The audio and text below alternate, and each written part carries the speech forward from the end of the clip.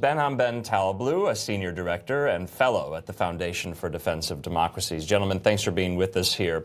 Want to stay in the Middle East. We're starting off with your reaction, Fred. I'll start with you to that report from Jody Cohen.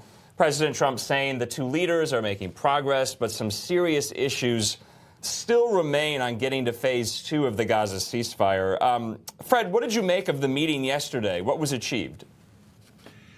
I thought the meeting was very positive, and it disproved all these claims by the fake news media that Trump and Netanyahu don't get along, or the meeting wouldn't go well.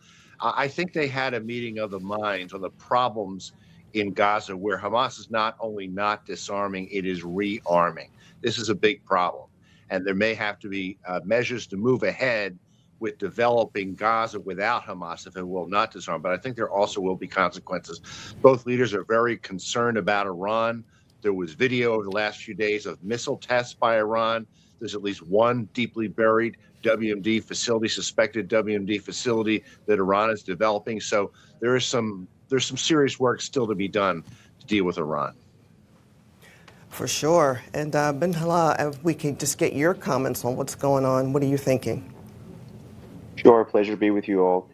Listen, I think the Trump-Bibi meeting was historic for several reasons. You know, this is actually the first time ever I recall in modern American history a U.S. president being so declarative against the Islamic Republic's conventional ballistic missile program. Right now, post-12-day war, all eyes are on the conventional Iranian missile threat, given that that was the real element of its deterrent triad that was working here.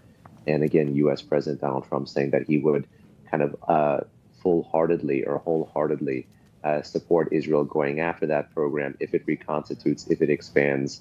That I think is going to be a game changer as we move into 2026. And perhaps even there may be a quid pro quo, who knows, because so much of the meeting was unrevealed about, potentially slow rolling phase 2 versus potentially stepping up a potential green light against Iran's nuclear or missile facilities. I would say there's much more linkage between how Bibi sees Gaza and how Trump sees Iran than meets the eye in the major mainstream media. Yeah, but that's such a great point. I mean, Fred, to you on the question of Iran, the president warning Iran against trying to restart its nuclear program after insisting that it was destroyed last summer. Let's just listen to this. Iran may be behaving badly. It hasn't been confirmed, but if it's confirmed, look, they know the consequences. Consequences will be very powerful, maybe more powerful than the last time. And Iran should have made a deal the last time. I gave them the option. I said, you can make a deal. Do it. I told them, do it. And they didn't believe me. Now they believe me. Coming as Iran's president said, in opinion, we are at total war with the United States, Israel, and Europe, saying they want to bring our country to its knees there. That's Mahmoud Pezeshkian, the Iranian president. So, Fred, to you, I've been asking questions all day yesterday about whether or not the United States would support another Israeli strike on Iranian targets inside Iran, much like we saw in the run-up and the aftermath of the 12-day war here. And I was wondering whether the United States would have the appetite to support Israel again in their efforts. And then President Trump said almost immediately when asked that they would. We would do that. We would support an immediate strike from Israel. Now, would we be involved in that, Fred, or not this time around? Concerning Iran's nuclear program, I think it really was devastating. I know experts say 1 to 2 years. I think it's been set back 5 to 10 years because key nuclear structures were destroyed based on technology that was smuggled in over many years. The missile program is a problem.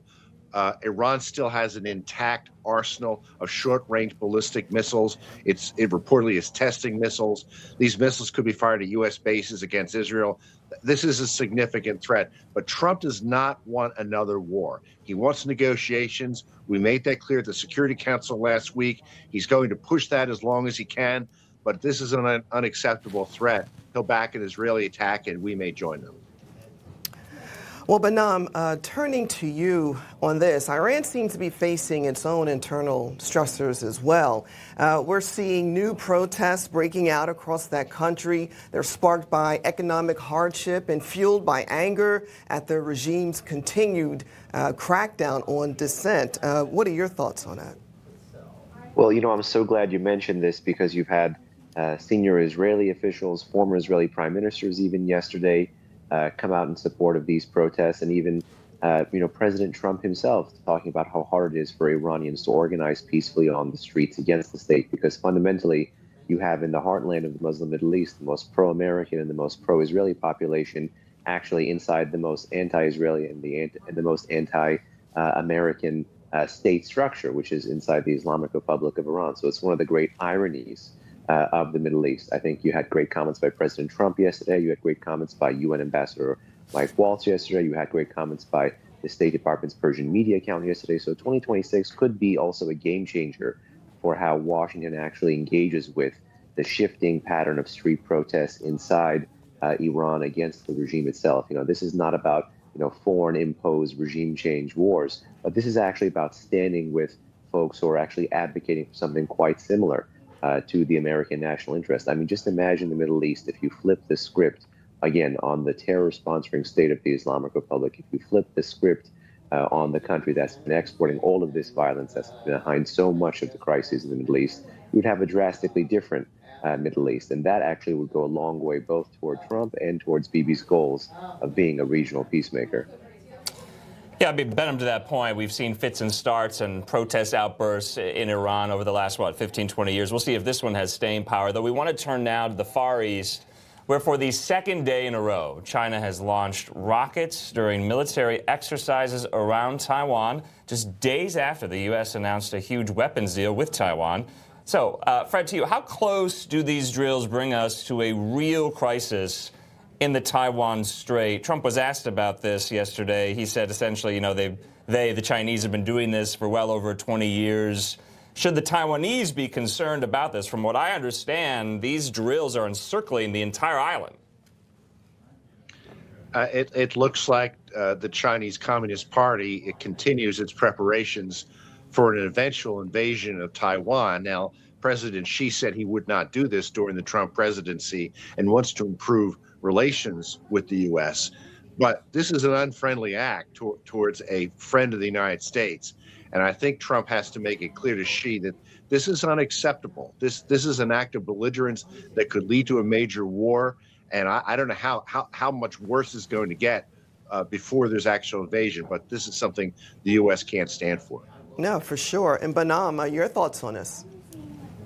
No doubt there's great linkage between those two things, between China's persistent threats in the region, particularly towards Taiwan, as well as, of course, our desire to keep supporting Taiwan both militarily and politically and even economically. But I would say, zooming out of the picture here, no doubt China is trying to actually test President Trump's resolve here, and also trying to test what many presidents have been trying to do, which is to focus actually on the Indo-Pacific region rather than on Europe and rather than on the Middle East here. So these rocket tests are drills, yes, but actually they're harbingers of potentially what may come in 2026 and 2027 if we don't manage to counter the CCP correctly. And again, there's no straight line from not winning against the Ayatollahs and not being able to deter Putin to being able to signal resolve enough to stand up to such provocations and to stand up to such rocket tests. So I would say, unfortunately, expect more of these sorts of provocations as we move into 2026. Yeah, I mean, the word provocation seems like an understatement here with these drills. It seems like they're more of dress rehearsals for some type of invasion, and we'll just have to wait and see on that front. Don't mean to be a skeptic here. We do want to kind of round out going around the world.